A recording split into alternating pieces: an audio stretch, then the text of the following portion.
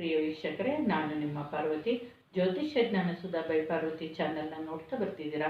ನನ್ನ ಚಾನಲ್ನ ಯಾರು ಸಬ್ಸ್ಕ್ರೈಬ್ ಮಾಡಿಲ್ವೋ ಅವ್ರಿಗೆ ಸಬ್ಸ್ಕ್ರೈಬ್ ಮಾಡೋದಕ್ಕೆ ಹೇಳಿ. ನಿಮ್ಮ ಪರಿಚಯಸ್ಥರು, ಸ್ನೇಹಿತರು, ಬಂಧು ಬಳಗದವರಿಗೆ ಮತ್ತು ವೀಡಿಯೋಸ್ನ ನೋಡೋಕ್ಕೆ ಹೇಳಿ ಮತ್ತು ಶೇರ್ ಮಾಡಿ ಅಂತ ಹೇಳ್ತಾ, ಇವತ್ತಿನ ವಿಷಯ ಕುಂಭರಾಶಿಯ ಯುಗಾದಿ ಭವಿಷ್ಯ.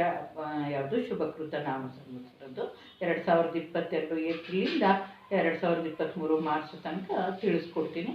ಅದಕ್ಕಿಂತ ಮುಂಚೆ ನಿಮಗೆ ವಿಷಯ ತಿಳಿಸೋಕ್ಕಿಂತ ಮುಂಚೆ ದೇವರನ್ನು ಪ್ರಾರ್ಥನೆ ಮಾಡೋಣ. ಓಂ ಗಂ ಗಣಪತಯೇ ನಮಃ. ಓಂ ಗುರುಭ್ಯೋ ನಮಃ.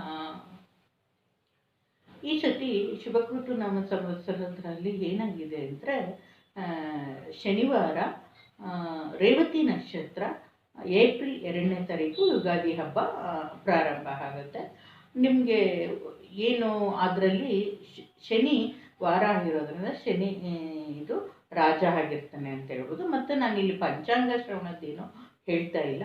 ನಿಮಗೆ ಕುಂಡ್ಲಿ ಮತ್ತು ಡೀಟೇಲ್ಸು ಪ್ರತಿ ತಿಂಗಳು ಡೀಟೇಲ್ಸ್ ಏಪ್ರಿಲ್ 2ನೇ ತಾರೀಕಿಂದ ಮಾರ್ಚ್ ಹೇಳಿದ್ನಲ್ಲ, ಅಲ್ಲಿ ತನಕ ನಿಮಗೆ 2023ರವರೆಗೆ ಪ್ರತಿ ತಿಂಗಳ ಭವಿಷ್ಯವನ್ನು ಸಂಕ್ಷಿಪ್ತವಾಗಿ ನಿಮಗೆ ತಿಳಿಸ್ಕೊಡ್ತೀನಿ.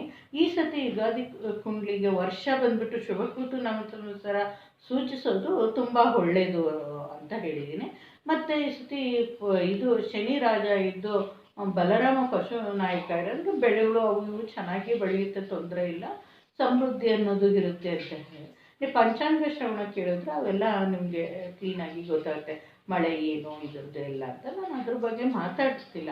ಆದ್ರೂ ಕೆಲವೊಂದು ವಿಷಯ ಹೇಳಬೇಕು. ಇವಾಗ ಉಕ್ರೇನ್ ಮತ್ತು ರಷ್ಯಾ ಯುದ್ಧ ಆಗಲಿ, ಕೆಲವೊಂದು ಮತ ಇದರದ್ದಾಗಲಿ, ಸಂಘರ್ಷಗಳಾಗಲಿ, ಮತ್ತು ಮುಂದಕ್ಕೆ ಭೂಕಂಪ, ಸುನಾಮಿ ಈ ಥರದ್ದು ಬರೋದಾಗಲಿ, ಮತ್ತು ಇನ್ನೊಂದೇನು ಗೊತ್ತಾ, ಆಕ್ಸಿಡೆಂಟ್ಸ್ ಈ ಥರದ್ದು ಪ್ರಮಾಣ ಹೆಚ್ಚೋದಾಗಲಿ, ಅಪಘಾತಗಳು, ಮತ್ತು ಇನ್ನೊಂದು ಏನು, ಒಂದು ದೇಶದಿಂದ ಇನ್ನೊಂದು ದೇಶ ಯುದ್ಧ, ಆದ್ದರಿಂದ ಆರ್ಥಿಕ ಹಣದುಬ್ಬರ ಪರಿಸ್ಥಿತಿ ಹೇಗಿರುತ್ತೆ ಅನ್ನೋದು, ಮತ್ತು ರವಿ ರಾಹು ಕಲಿಯೋದು, ಮತ್ತು ಕುಜ ರಾಹು ಕಲಿಯೋದು, ಇವೆಲ್ಲ ಅದ್ರ ಮೇಲೆ ಶನಿ ದೃಷ್ಟಿ ಬೀಳೋದು, ಇವೆಲ್ಲ ಏನಾಗುತ್ತೆ ಅಷ್ಟೊಂದು ಶುಭವಾಗಿ ಇರೋಲ್ಲ ಗ್ರಹಗತಿಗಳು. ಮತ್ತು ಈ ಥರದ್ದು ಇದ್ದಾಗ ಪ್ರತಿ ತಿಂಗಳಲ್ಲಿ ನಿಮಗೆ ಕೇತುವಿನ ಜೊತೆ ಆಗಲಿ, ಶನಿ ಜೊತೆ ಆಗಲಿ, ಗುರು ಜೊತೆ ಆಗಲಿ ಗ್ರಹಗಳು ಕಲಿತಾಗ ಯಾವುದು ಕುಜ, ರವಿ, ಬುಧ, ಶುಕ್ರ ಈ ಥರದ್ದು ತಿಂಗಳ 1.5 ತಿಂಗಳು ಕುಜ ಚಲನೆ ಮಾಡೋದು, ಈ ಥರದ್ದು ಬೇರೆವೆಲ್ಲ 1 ತಿಂಗಳು ಹತ್ರ, ರವಿ 1 ತಿಂಗಳು, ಬುಧ ಶುಕ್ರ ಒಂದು ಸ್ವಲ್ಪ ವೇರಿಯೇಷನ್ ಆಗ್ತಾ ಇರುತ್ತೆ. ಆದ್ದರಿಂದ ಈ ಥರದ ಗ್ರಹಗಳು ಚಲನೆಯಲ್ಲಿರಬೇಕಾದ್ರೆ ಗೋಚಾರದಲ್ಲಿ ಈ ರಾಹು ಜೊತೆ ಆಗಲಿ, ಕೇತು ಜೊತೆ ಆಗಲಿ, ಶನಿ ಜೊತೆ ಆಗಲಿ, ಗುರು ಜೊತೆ ಆಗಲಿ ಇದ್ದಾಗ ಏನು ಫಲ, ಮತ್ತು ಬೇರೆ ಬೇರೆ ಸ್ಥಾನಗಳಲ್ಲಿ ಇದ್ದಾಗ ಯಾವ್ಯಾವ ತಿಂಗಳಲ್ಲಿ ಏನೇನಿರುತ್ತೆ, ಅಸ್ಮತ್ ನೀಚ ಇದೆಯಾ, ಉಚ್ಚ ಇದೆಯಾ, ನಿಮ್ಮ ರಾಶಿಗೆ ಗೋಚಾರದಲ್ಲಿ ಚೆನ್ನಾಗಿದೆಯಾ ಅಂತ ನಾನು ಕೆಲವೊಂದೇನೋ ವಿದ್ಯಾರ್ಥಿಗಳಿಗೆ, ಸರ್ಕಾರಿ ಕೆಲಸವು, ಜನರಲ್ಲಿ ಈ ಥರದ್ದೇನಾದರೂ ವಾಹನ ಚಲಾಯಿಸ್ಬೇಕಾದ್ರೆ ಹೇಗಿರಬೇಕು, ವೃತ್ತಿಯಲ್ಲಿ ಏನಾದರೂ ಒತ್ತಡ ಈ ಥರ ಏನಾದರೂ ಇರುತ್ತಾ ಅನ್ನೋದನ್ನು ನೋಡಿ ಹೇಳ್ತೀನಿ. ಮತ್ತು ನಿಮಗೆ ರಾಹು, ಕೇತು, ಗುರು, ಶನಿ ಈ ತಿಂಗಳು ಏಪ್ರಿಲ್ ತಿಂಗಳಲ್ಲಿ 4 ಗ್ರಹಗಳು ಏನೋ ಬದಲಾವಣೆ ಸ್ಥಾನ ಪಲ್ಲಟ ಮಾಡ್ತಾರೆ. ಅದರದ್ದು ಬೇರೆ ವಿಡಿಯೋ ಮಾಡಿ ಬಿಡುಗಡೆ ಅದ್ರ ಬಗ್ಗೆ ಹೇಳ್ತೀನಿ. ಇವಾಗ ಮುಖ್ಯವಾಗಿ ಪ್ರತಿ ತಿಂಗಳು ಏನೇನು ಇರುತ್ತೆ ಅನ್ನೋದನ್ನು ನಿಮಗೆ ಆ ಫಲನ ಹೇಳ್ತೀನಿ. ಪ್ರೆಸೆಂಟೇಷನ್ ಮೂಲಕ ನಿಮಗೆ ಎಲ್ಲ ತೋರಿಸ್ಕೊಡ್ತೀನಿ ಒಂದೊಂದೇ ಅಂತ ಹೇಳ್ತೀನಿ. ವೀಕ್ಷಕರೇ ನೋಡಿ ವೀಕ್ಷಕರೇ, ಕುಂಭರಾಶಿದು ಯುಗಾದಿ ಭವಿಷ್ಯ ಪ್ರೆಸೆಂಟೇಷನ್ ಮೂಲಕ ಕೊಟ್ಟಿದ್ದೀನಿ. ನೋಡೋಣ. ಯುಗಾದಿ ಕುಂಡ್ಲಿ ಶ್ರೀ ಶುಭಕೃತು ನಾಮ ಸಂವತ್ಸರದ್ದು ಉತ್ತರಾಯಣ, ವಸಂತ ಋತು, ಚೈತ್ರ ಮಾಸ, ಶುಕ್ಲ ಪಕ್ಷ, ಶನಿವಾರ, ರೇವತಿ ನಕ್ಷತ್ರ ಬರುತ್ತೆ. ಏಪ್ರಿಲ್ 2ನೇ ತಾರೀಕು ನಾವು ಯುಗಾದಿ ಹಬ್ಬನ ಆಚರಿಸ್ಕೊತಾ ಇದ್ವಿ.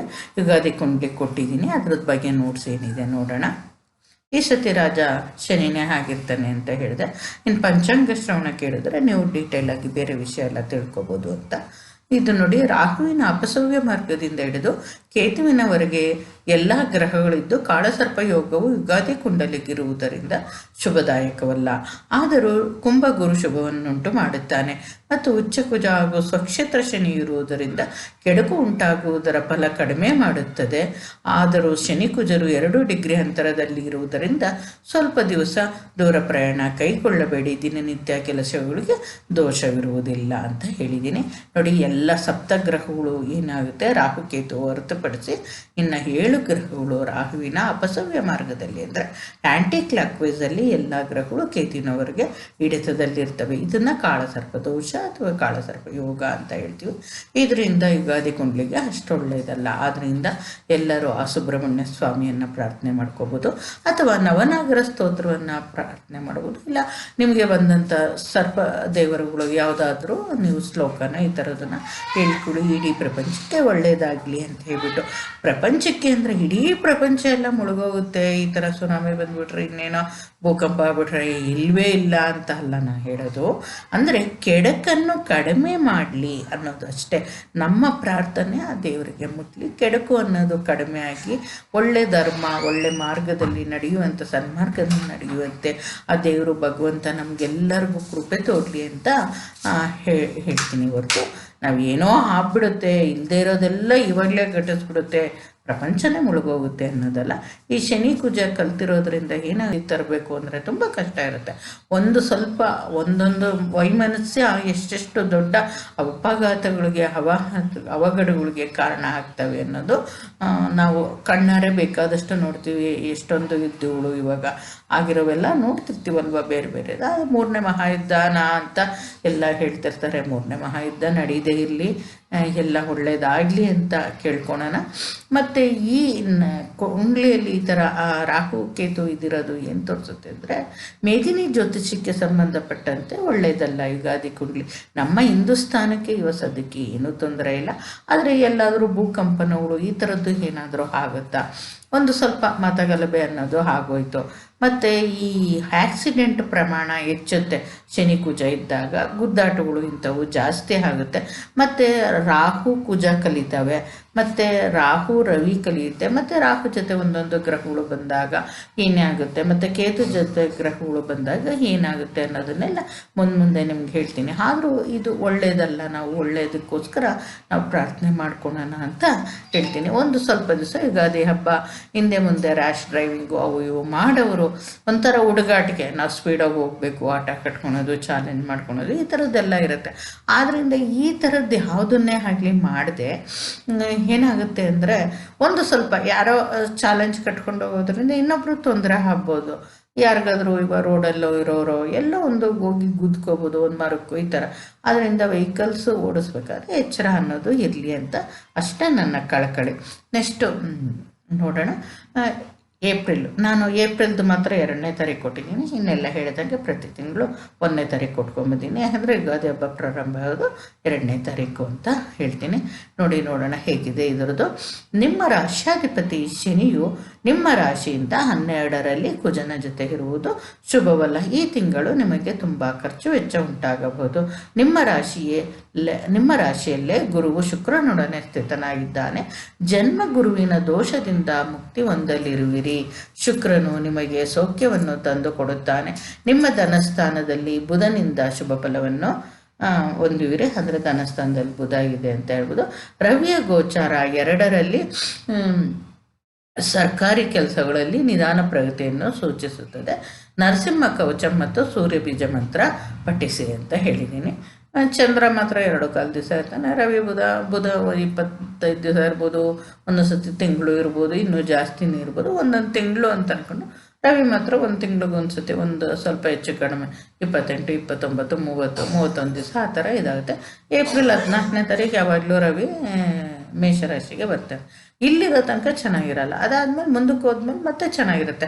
ಆದರೆ ನಾನು ಈ ತಿಂಗಳು ಅಂತ ಸಂಪೂರ್ಣ ತಿಂಗಳ ಪ್ರಾರಂಭದಲ್ಲಿ ಒಂದು ಸ್ವಲ್ಪ ಹಣಕಾಸು ವಿಷಯದಲ್ಲಿ ಇದರಲ್ಲಿ ಒಳ್ಳೇದು ಮಾಡಲ್ಲ ರವಿ. ಬುಧ ಒಳ್ಳೇದು ಮಾಡ್ತಾನೆ. ನಿಮ್ಮ ರಾಶ್ಯಾಧಿಪತಿ 12ರಲ್ಲಿದ್ದು ಮತ್ತು ಶನಿ ಕುಜ 2 ಇರೋದ್ರಿಂದ ನಮ್ಮ 7.5 ಪ್ರಾರಂಭ ಆಗಿ 2.5 ವರ್ಷ ಆಯಿತು. ಇನ್ನೇನು ನಿಮ್ಮ ರಾಶಿಗೆ ಬಂದರೆ ಅದು ಜನ್ಮ ಶನಿ ಆಗುತ್ತೆ. ಆ ಖರ್ಚು ಅನ್ನೋದು ಜಾಸ್ತಿ ಇರುತ್ತೆ, ನಿಮಗೆ ಆದಾಯಕ್ಕಿಂತ ಖರ್ಚು ಅನ್ನೋದು ಹೆಚ್ಚಾಗಿರುತ್ತೆ ಅಂತ ಹೇಳ್ಬೋದು. ಆದರೆ ಬುಧ ನಿಮಗೆ ಒಳ್ಳೇದು ಮಾಡ್ತಾನೆ ಅಂತ ಹೇಳ್ಬೋದು. ಎಷ್ಟೇ ಇದಾದ್ರೂ ಇಲ್ಲಿ ಧನ ಸಂಪದ ಮಾಡೋದಕ್ಕೆ ಪ್ರಯತ್ನ ಆದ್ರೂ ಬುಧ ಏನಾಗುತ್ತೆ ಅಲ್ಲಿ ನೀಚನಾಗ್ತಾನೆ. ಆದರೆ ಅದು ಆ ನೀಚ ಭಂಗತ್ವ ಅನ್ನೋದು ಆ ಪುಷ್ಕರ ಡಿಗ್ರಿಗಳಲ್ಲಿ ಬಂದಾಗ ಒಂದು ಸ್ವಲ್ಪ ಕಡಿಮೆ ಆಗ್ಬೋದು. ಗುರು ಜನ್ಮ ಗುರು ಇದೆ, ಆ ಗುರುನೂ ಬಿಟ್ಟೋದಾಗ ಒಳ್ಳೇದಾಗುತ್ತೆ. ಆದರೆ ಗುರು ಶುಕ್ರ ಎರಡೂ ಇದಿರೋದ್ರಿಂದ ನಿಮಗೆ ಖಂಡಿತ ಈ ಹಬ್ಬ ಫಲ ಏನಾಗುತ್ತೆ ಅಂದರೆ ಖರ್ಚು ಜಾಸ್ತಿ ಆದ್ರೂ ನಿಮಗೆ ಸೌಖ್ಯ ಅನ್ನೋದು ಇರುತ್ತೆ ಅಂತ ಹೇಳ್ಬೋದು. ಆದ್ದರಿಂದ ಶನಿ ಕುಜ ನಿಮಗೆ 12ರಲ್ಲಿ ಸಂಚಾರ ಮಾಡ್ತಾ ಇರೋದ್ರಿಂದ ನರಸಿಂಹ ಕವಚ ಅಂತ ಪಠಿಸಿ ಅಂತ ಹೇಳಿದೆ. ಸರ್ಕಾರಿ ಕೆಲಸಗಳು ಕೈ ಹಾಕದಿದ್ರೆ ಪರವಾಗಿಲ್ಲ, ಒಂದು ಸ್ವಲ್ಪ ಹಾಕಿರೋರು ಸೂರ್ಯ ಬೀಜ ಮಂತ್ರನ ಪಠಿಸಿ ಅಂತ ಹೇಳ್ತೀನಿ. ಆವಾಗ ಏನಾಗುತ್ತೆ, ಈ ಯುಗಾದಿ ಫಲದ ಏನಿದ್ರು ಒಂದು 25% ನಿಮಗೆ ಗೋಚಾರ ಫಲ ಅನ್ನೋದು ಸಿಕ್ಕುತ್ತೆ. ನಿಮ್ಮ ದಶಾಭುಕ್ತಿನೇ ಮೈನ್ ಆಗಿರುತ್ತೆ ಅಂತ ಹೇಳ್ತೀನಿ. ನೆಕ್ಸ್ಟ್ ನೋಡೋಣ. ಮೇ ತಿಂಗಳು ನಿಮಗೆ ಜನ್ಮ ಶನಿಯ ಬಾಧೆ ಉಂಟಾಗುತ್ತದೆ ಮತ್ತು ಕುಜನೊಂದಿಗಿರುವುದು ನಿಮಗೆ ಬುದ್ಧಿ ಕ್ಲೇಶವನ್ನು ಉಂಟು ಮಾಡುತ್ತದೆ. ಆದ್ದರಿಂದ ಯಾವುದೇ ಕೆಲಸ ಕೈಗೆತ್ತಿಕೊಳ್ಳುವ ಮುನ್ನ ವಿವೇಚಿಸಿ. ನಿಮ್ಮ ಧನಸ್ಥಾನದಲ್ಲಿ ಗುರು ಶುಕ್ರ ಗೋಚಾರ ನಿಮಗೆ ಹಣದ ಹೊಳೆ ಹರಿಯುತ್ತದೆ. ನಿಮ್ಮ ಕುಟುಂಬದಲ್ಲಿ ಶುಭ ಕಾರ್ಯಗಳು ನಡೆಯುತ್ತಾರೆ. ನಿಮ್ಮ ವ್ಯವಹಾರಗಳು ಸುಲಲಿತವಾಗಿ ನಡೆಯುತ್ತವೆ. ಅಂದರೆ ಇವಾಗ ಧನಸ್ಥಾನಕ್ಕೆ ಗುರು ಬಂತು, ಗುರುಬಲ ಬಂದ್ಬಿಟ್ರೆ ಮನೆಯಲ್ಲೆಲ್ಲ ಒಳ್ಳೆ ಕೆಲಸನೇ. ಆದ್ರೂ ಏನಾಗುತ್ತೆ ಅಂದರೆ ಕುಜನೊಂದಿಗೆ ಇದು ಶನಿ ಲಗ್ನದಲ್ಲೇ ಇರೋದ್ರಿಂದ, ನಿಮ್ಮ ರಾಶಿ ಲಗ್ನ ಅಲ್ಲ ನಿಮ್ಮ ರಾಶಿಯಲ್ಲೇ ಇರೋದ್ರಿಂದ ಒಂದು ಸ್ವಲ್ಪ ನಿಮಗೆ ಮನಸ್ಸಿಗೆ ಬುದ್ಧಿಗೆ ಕ್ಲೇಶ ಅನ್ನೋದು ಒಂದು ಸ್ವಲ್ಪ ಉಂಟು ಮಾಡುತ್ತೆ. ಅದರದ್ದು ದೋಷ ಪರಿಹಾರ ಮಾಡ್ಕೊಳಕ್ಕೆ ನಾನು ಕೆಳಗಡೆ ಮಂತ್ರಗಳು ಕೊಟ್ಟಿರ್ತೀನಿ, ಅದನ್ನು ನೀವು ಹೇಳ್ಕೊಳ್ಳಿ. ಮತ್ತು ಈ ಗುರು ಶುಕ್ರರು ಏನು ಅತೀವ ಶುಭ ಫಲ ಕೊಡೋದ್ರಿಂದ, ಶುಕ್ರ ಉಚ್ಚ ಸ್ಥಾನದಲ್ಲಿರೋದ್ರಿಂದ ಖಂಡಿತ ನಿಮಗೆ ಏನೋ ಒಂದು ಹಣದು ಇದು ನಿಮ್ಮ ಕೆಲಸಗಳು, ಹೊಸ ಕೆಲಸಗಳು ಬರೋದು, ಪೇಪರ್ದಲ್ಲಿ ಲಾಭ ಆಗೋದು, ಈ ಥರದ್ದೆಲ್ಲ ಖಂಡಿತ ನಡೆಯುತ್ತೆ. ದುಡ್ಡಿಗೆ ಸಮಸ್ಯೆ ಇರೋದಿಲ್ಲ ಅಂತ ಹೇಳ್ಬೋದು. ಮತ್ತು ರವಿಯು ನಿಮ್ಮ ರಾಶಿಯಿಂದ 3ನೇ ಮನೆಯಲ್ಲಿ ಗೋಚರಿಸುವುದು ಶುಭವಾದರೂ ರಾಹು ಇತಿ ಶುಭವಲ್ಲ. ಅಂದರೆ ಸ್ಟಾರ್ಟಿಂಗ್ ಒಂದು ಸ್ವಲ್ಪ ಇದ್ದಾಗ ತೊಂದರೆ ಇಲ್ಲ, ಆಗಲೇ ಇವಾಗ ಅದು ರವಿ ರಾಹು ಹತ್ರ ಡಿಗ್ರಿಗಳಲ್ಲಿ ಬಂದಾಗ ರವಿಗೆ ಗ್ರಹಣ ಹಿಡ್ದಂಗಾಗುತ್ತೆ. ಆದ್ದರಿಂದ ಅದಕ್ಕೆ ಶುಭ ಆಗೋದಿಲ್ಲ. ಸೊ ಏನಂದರೆ ನೀವು ಆ ರವಿಗೂ ರಾಹುಗೂ ಮಂತ್ರಗಳನ್ನ ಅದನ್ನು ಪಠಿಸಿದ್ರೆ ಒಳ್ಳೆಯದು, ಆವಾಗ ನಿಮಗೆ ತೊಂದರೆ ಆಗಲ್ಲ ಅಂತ ಹೇಳ್ಬೋದು. ಮತ್ತು ಅದನ್ನು ನೀವು ಯಾರೊಂದಿಗಾದರೂ ಮಾತನಾಡುವಾಗ ಎಚ್ಚರಿಕೆಯಿಂದಿರಿ. ಅಂದರೆ ಒಂದು ಸ್ವಲ್ಪ ಈ ಪಾಪಗ್ರಹಗಳು ಇದ್ದರೆ, ಅಂದರೆ ಕಮ್ಯುನಿಕೇಷನ್ ಅನ್ನೋದು ಮಾಡ್ತಿರಲ್ಲ ಕ್ಲೈಂಟ್ಸ್ ಜೊತೆ, ಅವ್ರ ಜೊತೆ ಒಂದು ಸ್ವಲ್ಪ ಎಚ್ಚರಿಕೆಯಿಂದ ಇದಿರಬೇಕು ಹೊಸ ವ್ಯವಹಾರಗಳು ಮಾಡಬೇಕಾದ್ರೆ. ಮತ್ತು ಯಾವುದೇ ಹೊಸ ಒಪ್ಪಂದಗಳಿಗೆ ಸಹಿ ಮಾಡುವಾಗ ಪತ್ರಗಳನ್ನು ಸರಿಯಾಗಿ ಓದಿ ಸಹಿ ಮಾಡಿ. ಅವಾಗ ಏನಾಗುತ್ತೆ, ಏನಾದರೂ ಯಾರಾದರೂ ಮೋಸ ಮಾಡೋದಕ್ಕೆ ಅನ್ನೋದು ಇರ್ತಾರಲ್ಲ, ಇದು ತಪ್ಪೋಗುತ್ತೆ. ಒಬ್ಬರಿಂದ ನಾವು ಮೋಸ ಹೋಗಬಾರ್ದು ಅಂದರೆ ನಾವು ಏನು ಮಾಡಬೇಕು, ಒಂದು ವ್ಯವಹಾರ ಮಾಡಬೇಕಾದ್ರೆ ಒಂದು ಪತ್ರದ ಮುಖ್ಯನೇ ಇರಲಿ, ಮತ್ತು ಆ ಪತ್ರಗಳಿಗೆ ಸಹಿ ಮಾಡಬೇಕಾದ್ರೆ ಎಚ್ಚರ ಅನ್ನೋದು ಇರಲಿ ಅಂತ ಹೇಳ್ತೀನಿ. ಮತ್ತು ಬುಧನ ಗೋಚಾರ ವಿದ್ಯಾರ್ಥಿಗಳಿಗೆ ಶುಭವನ್ನು ಉಂಟು ಮಾಡುತ್ತದೆ. ಅಂದರೆ ಬುಧ 4ರಲ್ಲಿ ಗೋಚರದಿಂದ ಜ್ಞಾನಾರ್ಜನೆ ಅನ್ನೋದು ಹೆಚ್ಚು ಮಾಡುತ್ತೆ, ಮನೆಯಲ್ಲೂ ಸಹ ಒಳ್ಳೆಯದಾಗುತ್ತೆ ಅಂತ ಹೇಳ್ತೀನಿ. ನಿಮ್ಮ ದೋಷ ರವಿ ರಾಹುದು ಇರೋದ್ರಿಂದ ಸೂರ್ಯ ಮಂತ್ರ ಪಠಿಸಿ ಅಂತ ಹೇಳ್ತೀನಿ. ಓಂ ರಂ ರಾಹುವೇ ನಮಃ ಅಂತ 108 ಸತಿ ಆದರೆ ಒಂದು 5 ನಿಮಿಷದೊಳಗಡೆನೆ ಆಗೋಗುತ್ತೆ. ನೋಡಿ ಜೂನ್ ತಿಂಗಳದು ಹೇಗಿದೆ ಅಂತ. ನಿಮ್ಮ ಧನಸ್ಥಾನದಲ್ಲಿ ಗುರು ಕುಜರಹಿತಿ, ನಿಮ್ಮ ಮಾತು ನಡೆಗಳು ತಾರ್ಕಿಕವಾಗಿರುತ್ತವೆ. ನಿಮ್ಮ ವೃತ್ತಿಯಲ್ಲಿ ಕೆಲವೊಂದು ತೊಂದರೆ ಬಂದರೂ ಗುರುವಿನ ಯುತಿ ಮತ್ತು 10ನೇ ಮನೆಗೆ ಗುರುವಿನ ದೃಷ್ಟಿ ಉದ್ಯೋಗದಲ್ಲಿ ಶುಭ ಫಲಗಳನ್ನು ನೀಡುತ್ತದೆ. ನಿಮ್ಮ ಪೋಷಕರೊಂದಿಗೆ ನಯವಾಗಿ ನಡೆದುಕೊಳ್ಳಿ, ಅಥವಾ ಅವರಿಗೂ ನಿಮಗೂ ವೈಮನಸ್ಯ ಉಂಟಾಗಬಹುದು. ವಿದ್ಯಾರ್ಥಿಗಳಿಗೆ ಶುಭವನ್ನುಂಟು ಮಾಡುತ್ತದೆ. ಸರ್ಕಾರಿ ಕೆಲಸಗಳಲ್ಲಿ ತಡೆ ಮತ್ತು ಶತ್ರುಭಯ ಅಂದರೆ ಪ್ರತಿಸ್ಪರ್ಧಿ ಉಂಟಾಗಬಹುದು. ಈ ಸತಿ ಹೇಳ್ಕೊಳೋಂಥ ಮಂತ್ರ ಓಂ ಶ್ರೀ ಮಹಾಲಕ್ಷ್ಮಿ ನಮಃ ಅಂತ ಹೇಳಿದ್ದೀನಿ, ಮತ್ತು ರಾಹು ಬೀಜ ಮಂತ್ರ ಹೇಳಿದ್ದೀನಿ. ಯಾಕೆ ಅಂದರೆ ನಿಮ್ಮ ರಾಶಿಯಲ್ಲಿ ಶನಿ ಇದೆ, ಅದಕ್ಕೆ ಶನಿಗೆ ನಿಮ್ಗೆ ಬೇರೆ ವಿಡಿಯೋ ಮಾಡಿ ಬಿಡ್ತೀನಿ. ಗುರು ಕುಜ 2ರಲ್ಲಿದೆ. ನಿಮ್ಮ ಮಾತುಗಳು ಒಂದು ಸ್ವಲ್ಪ ಕಠಿಣವಾಗಿರ್ಬೋದು, ಇಲ್ಲ ಲಾಜಿಕಲ್ ಹಾಗೆ ಇರ್ಬೋದು ಅಂತ ಹೇಳ್ತೀನಿ. ಮತ್ತು ಶುಕ್ರ ಬಂದುಬಿಟ್ಟು ನಿಮ್ಮ ರಾಹು ಜೊತೆ ರಾಶಿಯಲ್ಲಿ 3ನೇ ಮನೆಯಲ್ಲಿ ರಾಹು ಜೊತೆ ಇರೋದ್ರಿಂದ ಒಳ್ಳೆಯದಲ್ಲ ಅಂತ ಹೇಳ್ತೀನಿ. ಮತ್ತು ನೀವು ಯಾರ್ದಾದ್ರೂ ಒಂದು ಉದ್ಯೋಗದಲ್ಲಿ ಇದು ಒಳ್ಳೆ ಕೆಲಸ ಅಂತ ಇದು ಮಾಡೋದಕ್ಕೆ ಗುರುವಿನ ಸ್ಥಾನ ಏನಾಗುತ್ತೆ ಅಂದರೆ ನಿಮ್ಮ ರಾಶಿಯಿಂದ 10ನೇ ಮನೆಗೆ ದೃಷ್ಟಿ ಬೀಳೋದ್ರಿಂದ ಖಂಡಿತ ನಿಮ್ಮ ಇದರಲ್ಲಿ ಒಳ್ಳೆಯದಾಗುತ್ತೆ ಅಂತ ಹೇಳ್ತೀನಿ. ನಿಮ್ಮ ವೃತ್ತಿ ಕ್ಷೇತ್ರದಲ್ಲಿ 6ನೇ ಮನೆಗೂ ಬೀಳುತ್ತೆ, 10ನೇ ಮನೆಗೂ ಬೀಳುತ್ತೆ ಗುರುವಿನ ದೃಷ್ಟಿ, ಖಂಡಿತ ಇದಾಗುತ್ತೆ. ಮತ್ತು ಶನಿ ದೃಷ್ಟಿನೂ ಬೀಳುತ್ತೆ 10ನೇ ಮನೆ ಮೇಲೆ. ಅಂದರೆ ಒತ್ತಡ ಅನ್ನೋದು ಏನೇ ಇರಲಿ ಹಾಗೆ ಒಳ್ಳೆಯದು ಅನ್ನೋದು ಸತ ಗುರುವಿನಿಂದ ಶುಭ ಆಗುತ್ತೆ. ಮತ್ತು ರಾಹುಬಲ ಚೆನ್ನಾಗಿದೆಯಲ್ಲ ಕುಂಭರಾಶಿಯವರಿಗೆ, ರಾಹುಬಲ ಚೆನ್ನಾಗಿರೋದ್ರಿಂದ ತೊಂದರೆ ಇಲ್ಲ ಅಂತ ಹೇಳ್ತೀನಿ. ಕೇತು 9ರಲ್ಲಿರೋದ್ರಿಂದ ತೀರ್ಥಕ್ಷೇತ್ರ ಈ ಥರದ್ದೆಲ್ಲ ಇದಾಗುತ್ತೆ. ಅಂದರೆ ಪೋಷಕರೊಂದಿಗೆ ಒಳ್ಳೆ ಮಾತು ಇದರಿಂದ ವಿನಯದಿಂದ ಇದ್ದರೆ ಒಳ್ಳೆಯದು ಅಂತ ಇಲ್ಲ. ಮತ್ತು ಗೌರ್ಮೆಂಟ್ ಜಾಬ್ಸ್ ಕೆಲಸಗಳು ಅನ್ನೋದು ಏನು ತೊಗೊತಿರೋ ಗುತ್ತಿಗೆ ಕಾಂಟ್ರಾಕ್ಟು ಈ ಥರದ್ದೆಲ್ಲ ಅವು ಒಂದು ಸ್ವಲ್ಪ ನಿಧಾನ ಆಗ್ಬೋದು, ಮುಂದೂಡಿದ್ರೆ ಒಳ್ಳೆಯದು ಅಂತ ಹೇಳ್ತೀನಿ. ಅಂದರೆ ಇನ್ನೊಂದು ಕಾಂಪಿಟೇಟರ್ಸ್, ಶತ್ರು ಭಯ ಅಂದರೆ ಇನ್ನೇನಲ್ಲ, ಕಾಂಪಿಟೇಟರ್ಸ್ ಪ್ರತಿಸ್ಪರ್ಧಿಗಳು ಅನ್ನೋದು ಹೆಚ್ಚಾಗ್ಬೋದು.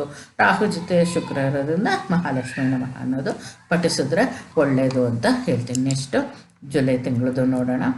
ಜುಲೈ ತಿಂಗಳಲ್ಲಿ ನಿಮ್ಮ ರಾಶಿಯಾಧಿಪತಿ ಶನಿ ವಕ್ರೀಗತನಾಗಿ ನಿಮ್ಮ ರಾಶಿಯಲ್ಲೇ ಸಂಚರಿಸುತ್ತಿದ್ದು 3ನೇ ಮನೆಯಲ್ಲಿ ಸಂಚರಿಸುತ್ತಿರುವ ಕುಜ ರಾಹುಗಳ ಮೇಲೆ ತನ್ನ ತೃತೀಯ ದೃಷ್ಟಿ ಬೀರುವುದು ಶುಭವಲ್ಲ. ಆದ್ದರಿಂದ ನೀವು ಅತಿ ಹೆಚ್ಚು ಆವೇಶಭರಿತರಾಗಿರುವಿರಿ.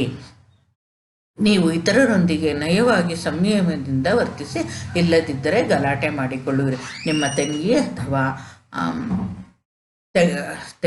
ತಮ್ಮ ಅಂತ ಇರಬೇಕು, ತಮ್ಮಂದಿರೊಂದಿಗೂ ಸಹ ಎಚ್ಚರಿಕೆಯಿಂದ ವರ್ತಿಸಿ. ವಿದ್ಯಾರ್ಥಿಗಳಿಗೆ ಬುಧ ಶುಕ್ರಗಳ ಗೋಚಾರ ಅತೀವ ಶುಭ ಫಲವನ್ನುಂಟು ಮಾಡುವುದರಿಂದ ಒಳ್ಳೆಯ ಅಂಕಗಳನ್ನು ಗಳಿಸುವಿರಿ.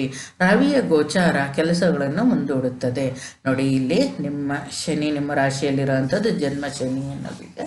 ನಿಮ್ಮ ರಾಶಿಯಲ್ಲಿರುವಂಥ ಶನಿ ಏನು ಮಾಡುತ್ತೆ ಅಂದರೆ ಒಂದು ಸ್ವಲ್ಪ ಮನಸ್ಸಿನ ಮೇಲೆ ದೇಹದ ಮೇಲೆ ಪರಿಣಾಮ ಬೀರುತ್ತೆ ಅಂತ ನಾನು ಹಾಡಲೇ ಇದ್ದೀನಿ. ವಕ್ರೀಗತನಾಗಿದ್ದಾನೆ. 3ನೇ ಮನೆಯಲ್ಲಿ ಮತ್ತು ಕುಜ ರಾಹು ಇದ್ದು ಅದ್ರ ಮೇಲೆ ಶನಿ ದೃಷ್ಟಿ ಇದೆ. ಆದ್ದರಿಂದ ನೀವು ಶಾರ್ಟ್ ಜರ್ನಿ ಮಾಡಬೇಕಾದ್ರೆ ಆಗಲಿ ಒಂದು ಸ್ವಲ್ಪ ಆವೇಶ ಅನ್ನೋದು ನಿಮ್ಮಲ್ಲಿ ಹೆಚ್ಚಾಗಿರುತ್ತೆ. ಒಂದು ಚಾರಣ ಈ ಥರದ್ದೆಲ್ಲ ನೀವು ಕೈಗೊಳ್ಬೋದು. ಆದರೆ ಅಂಥ ಕಡೆ ಬೀಳೋದು ಈ ಥರದ್ದು ಸತ ಕಷ್ಟ ಇರುತ್ತೆ. ಆದ್ದರಿಂದ ತುಂಬ ಆವೇಶಕ್ಕೆ ಅನ್ನೋದು ಒಳಗಾಗಬಾರ್ದು. ಒಂದು ಸ್ವಲ್ಪ ಪ್ರೆಷರ್ ಅನ್ನೋದು ಕಂಟ್ರೋಲ್ ಮಾಡ್ಕೋಬೇಕು. ಮತ್ತು ಬೇರೆಯವರೊಂದಿಗೆ ಒಂದು ಸ್ವಲ್ಪ ಹಿತಮಿತವಾಗಿ ನಯವಾಗಿ ಒಂದು ಸ್ವಲ್ಪ ಅವರ ಸಹನೆಯಿಂದ ವರ್ತಿಸ್ಬೇಕು. ಇಲ್ಲಾಂದರೆ ಗಲಾಟೆ ಆಗುತ್ತೆ ಅನ್ನೋದು ಹೇಳಿದ್ದೀನಿ.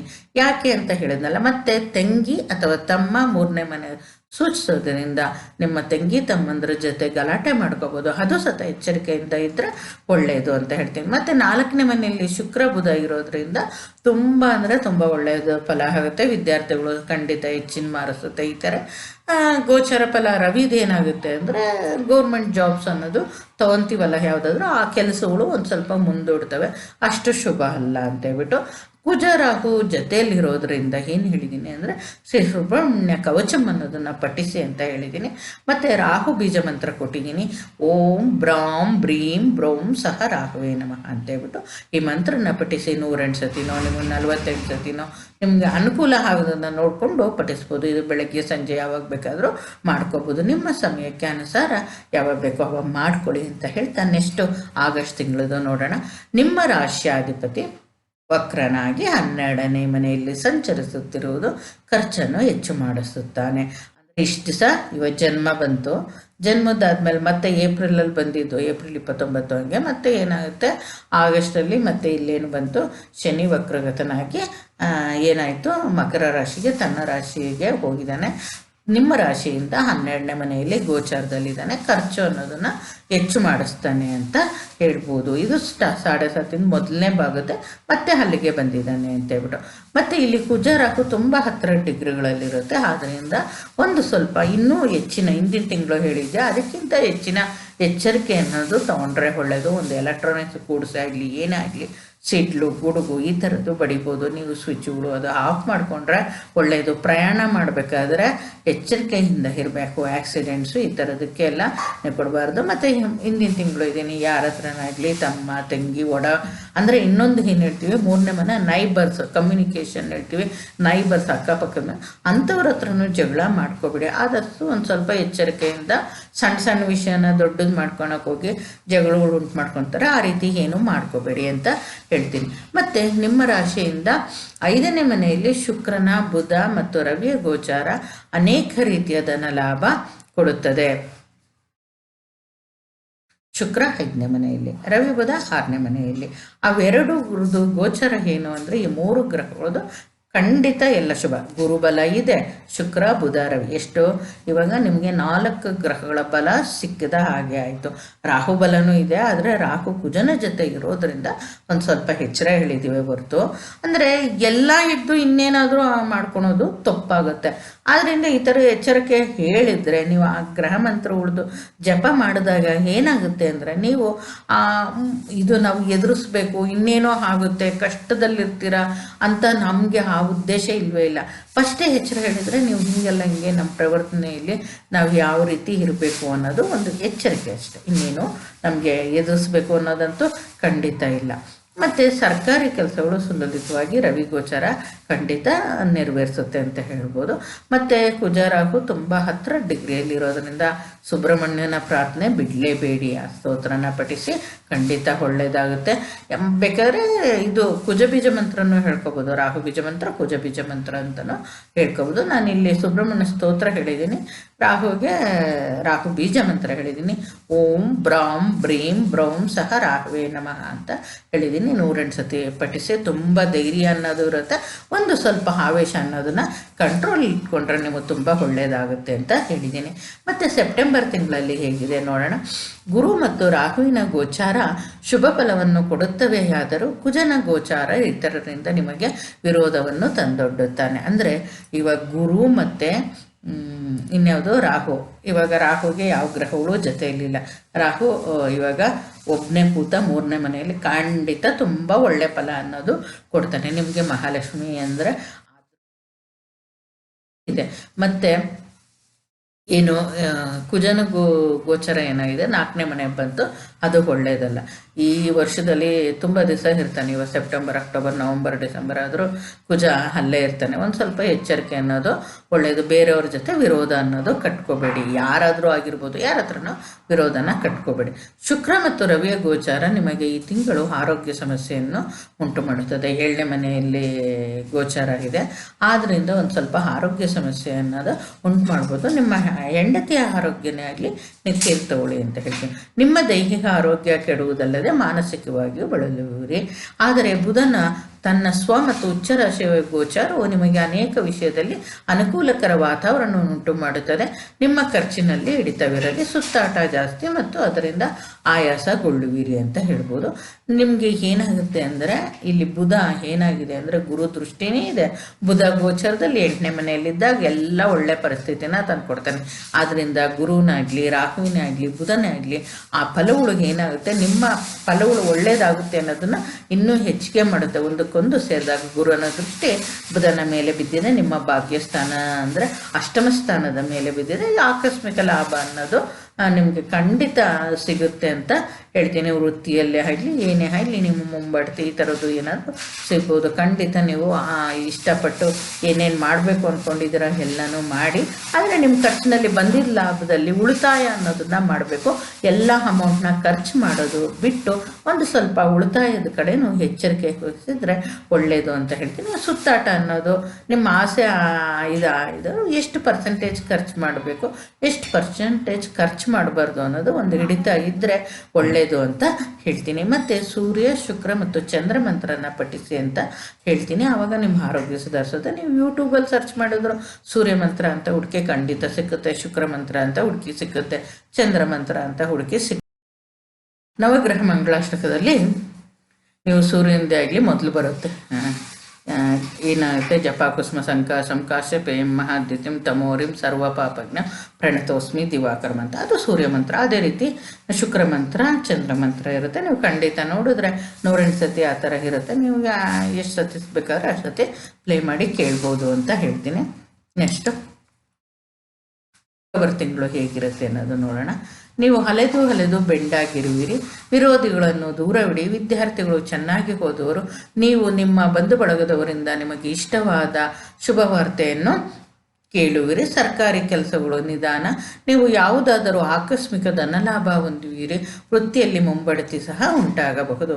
ಯಾಕೆ ನಾನು ಹೇಳಿದ್ದೀನಿ ಧನಲಾಭ ಅಂತ? ಬುಧನ ಜೊತೆ ಈ ಶುಕ್ರ ರವಿ ಸೇರಿದ್ರು ಗುರು ದೃಷ್ಟಿ ಇದೆ.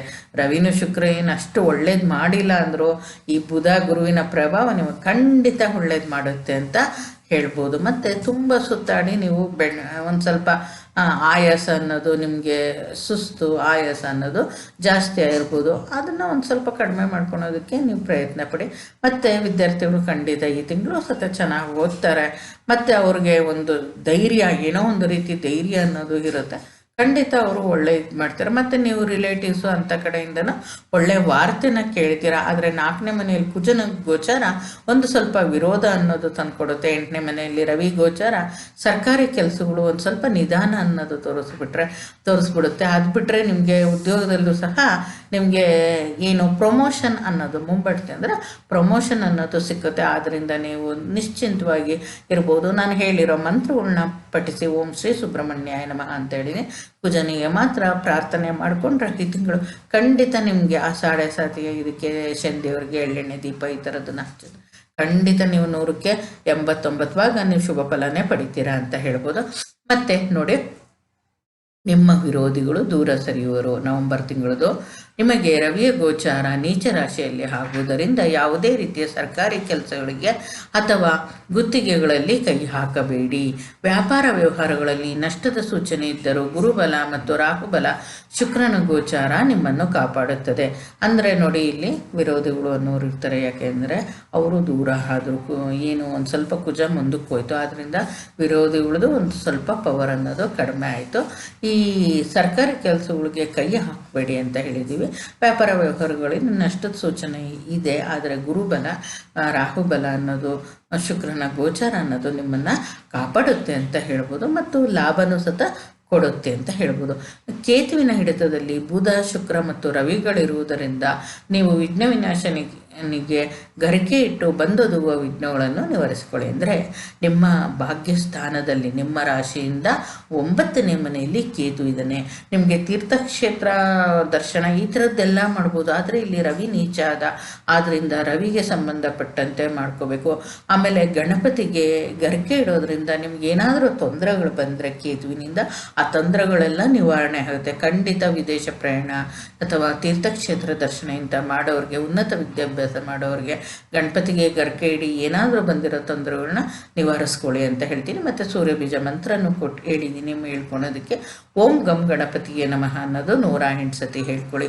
ನೀವೆಲ್ಲ ಕಷ್ಟಗಳನ್ನು ವಿಘ್ನಗಳನ್ನು ನಿವಾರಿಸ್ಕೊಳ್ತೀರಾ. ಖಂಡಿತ ನಿಮಗೆ ಒಳ್ಳೆಯದಾಗುತ್ತೆ ಅಂತ ಹೇಳ್ಬೋದು. ನೆಕ್ಸ್ಟ್ ನೋಡೋಣ, ಡಿಸೆಂಬರ್ ತಿಂಗಳು ನಿಮ್ಮ ರಾಶಿಯಿಂದ 4ನೇ ಮನೆಯಲ್ಲಿ ಮತ್ತು ಕುಜನ ಸಂಚಾರ ಶತ್ರುಗಳನ್ನು ಸನಿಹ ತಂದು ವಿರೋಧ ಉಂಟು ಮಾಡುತ್ತಾನೆ. ಆದರೆ ನಿಮ್ಮ ರಾಶಿಯಿಂದ ದಶಮಸ್ಥಾನದಲ್ಲಿ ರವಿ ಬುಧರ ಗೋಚಾರ ಧನಲಾಭವನ್ನು ಕೊಡುತ್ತಾನೆ ಮತ್ತು ಶುಕ್ರನ ಗೋಚಾರ ನಷ್ಟವನ್ನು ತೋರಿಸಿದರೂ ನಿಮಗೆ ಗುರುವಿನ ಕೃಪೆಯಿಂದ ಏನೂ ತೊಂದರೆ ಆಗುವುದಿಲ್ಲ. ಯಾಕೆ? 4ನೇ ಮನೆಯಲ್ಲಿ ಕುಜ ಮತ್ತೆ ಬಂದಿದ್ದಾನೆ, ಶತ್ರುಗಳನ್ನ ಮತ್ತೆ ಹತ್ರ ತರ್ತಾನೆ. ಹುಷಾರಾಗಿರಿ ಅಂತ ಹೇಳಿದ್ದೀನಿ.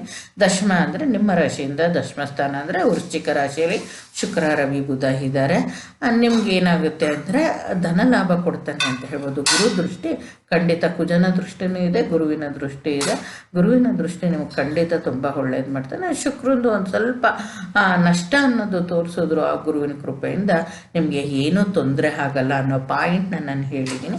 ಆದ್ದರಿಂದ ನೀವೇನು ಎದುರೋ ಕೆಲಸದೇ ಇಲ್ಲ ಅಂತ ಹೇಳ್ಬಿಟ್ಟು ಕುಜ ಬೀಜ ಮಂತ್ರ ಮತ್ತೆ ಶತ್ರುಗಳ ಹತ್ರ ಬರಬಾರ್ದು, ದೂರ ಹೋಗ್ಬೇಕು ಅಂದರೆ ಕುಜ ಬೀಜ ಮಂತ್ರ ಹೇಳಿದ್ದೀನಿ. ಶುಕ್ರನಿಂದ ಯಾವುದೇ ಗೋಚಾರ ನಷ್ಟ ಉಂಟು ಮಾಡದೇ ಇರಲಿ, ಒಳ್ಳೆ ಲಾಭನ ತಂದುಕೊಡ್ಲಿ ಅಂತ ಹೇಳ್ಬಿಟ್ಟು ದಿನ ಸಂಜೆ ಹೊತ್ತು ವ್ಯಾಪಾರ ವ್ಯವಹಾರ ಮಾಡೋರು ನಿಮ್ಮ ಅಂಗಡಿ ಮುಂಗಟ್ಟು ಆಫೀಸಿಂದ ಕಡೆ ಕನಕದಾರ ಸ್ತೋತ್ರ ನೀವು ಪ್ಲೇ ಮಾಡಿಕೊಂಡು ಕೇಳಿ. ಖಂಡಿತ ಸಂಧ್ಯಾಕಾಲದಲ್ಲಿ ಕೇಳಿದ್ರೆ ಕನಕದಾರ ಸ್ತೋತ್ರ ನಿಮಗೆ ಕನಕವೃಷ್ಟಿ ಆಗುತ್ತೆ ಅಂತ ಹೇಳ್ತೀನಿ. ನೆಕ್ಸ್ಟ್ ನೋಡೋಣ, ಜಾನ್ವರಿ ತಿಂಗಳು. ಜಾನ್ವರಿ ತಿಂಗಳಲ್ಲಿ ನಿಮ್ಮ ರಾಶಿಯಿಂದ 3ನೇ ಮನೆಯಲ್ಲಿ ಚಂದ್ರಯುಕ್ತ ರವಿಯು ನಿಮ್ಮ ಕಿರಿಯ ಸಹೋದರರಿಂದ ಮನಸ್ಸಿಗೆ ನೋವುಂಟಾಗುವಂತೆ ಮಾಡುತ್ತದೆ. ಅಂದರೆ ನಾನು ಚಂದ್ರಯುಕ್ತ ರವಿ ಅಂತ ಕೊಟ್ಟಿದ್ದೀನಿ, ಟೈಪ್ ಮಾಡ್ಬೇಕಾದ್ರೆ ಮಿಸ್ಟೇಕ್ ಆಗಿದೆ. ಅದು ಚಂದ್ರಯುಕ್ತ ರಾಹು ಅಂತ ಹೇಳ್ಬಿಟ್ಟು ಅದು ಏನಾಗುತ್ತೆ, ರಾಹು ಜೊತೆಗಿದ್ದಾಗ ಮನಸ್ಸಿಗೆ ಕಿರಿಕಿರಿ, ಕಿರಿಯ ಸಹೋದರರಿಂದ ನೆರೆಹೊರೆಯವರಿಂದ ಈ ಥರದ್ರಿಂದ ಮನಸ್ಸಿಗೆ ನೋವು ಉಂಟು, ಕಿರಿಕಿರಿ ಅಂಥದ್ದು ಆಗುತ್ತೆ. ಶತ್ರುಗಳಿಂದ ಅದರಿಂದ ತೊಂದರೆ ಆಗದೆ ಇರೋಂಗೆ ಕುಜನ ಗೋಚಾರ ಇದು ಮಾಡುತ್ತೆ, ತೊಂದರೆ ಆಗದೆ ಇರೋಂತೆ ನೋಡ್ಕೊಳ್ಳಿ.